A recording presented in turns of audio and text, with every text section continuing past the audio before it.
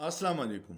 कल की कुछ बड़ी खबरें। एक तो आसमा शिराजी के साथ आसिफ अली जरदारी ने एक इंटरव्यू किया है, और आसिफ अली जरदारी का जो इमेज लोगों ने बनाया हुआ था कि वो सियासत के पीएचडी हैं, एक जरदारी सब पे बारी, वो इंटरव्यू इंतहाई हल्का था।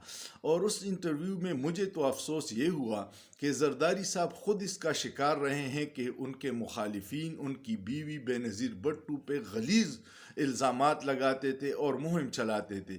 और कल उन्होंने ख़ुद इंटरव्यू में जमाइमा गोल्डस्मिथ या जमाइमा खान पे, जो इमरान खान की साबिका बीवी है, उस पे इल्ज़ामात लगाए कि यूट्यूबर को वो पैसे देती है कि बयानिया बनाया जाए। ये जरदारी साहब के मिजाज या शान के ख़िलाफ़ था।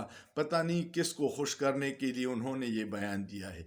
दूसरी बात ये कि इमरान खान की जो कल साइफर केस में जेल ट्रायल थी, रियासत और पूरी हुकूमत इमरान खान की एक एक बात से इतना डरती है कि पिछले समात में कुछ सहाफ़ियों को इमरान खान से मिलने का मौका मिला था, और वो 7-8 मिनट की जो गुफ्तगू थी उसने पूरे हुकूमती बयानिए को तबाह बर्बाद कर दिया था। अब कल क्या हुआ? कल ये हुआ कि इमरान खान और लोगों के दरमियान एक शीशा लगाया गया, और उसमें कोई 24 फुट का फासला रखा गया कि इमरान खान की आवाज़ भी उन तक न पहुंच जाए।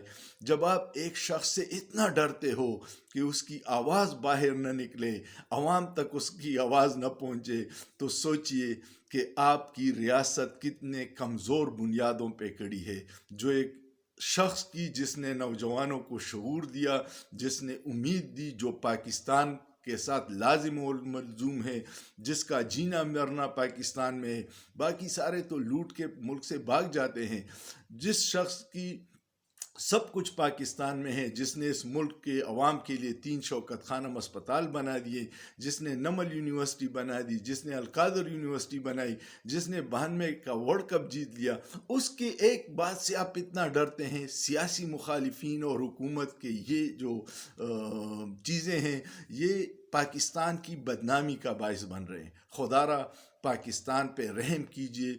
पाकिस्तान की रूह ज़ख्मी है, उस पे मरहम रखने की बजाय और नमक मत छिड़किए। वो एक जो मरहम रखने का हुनर जानता था, उसको तो आपने जेल में बंद कर दिया। सोचिए, सोचना जुर्म नहीं है।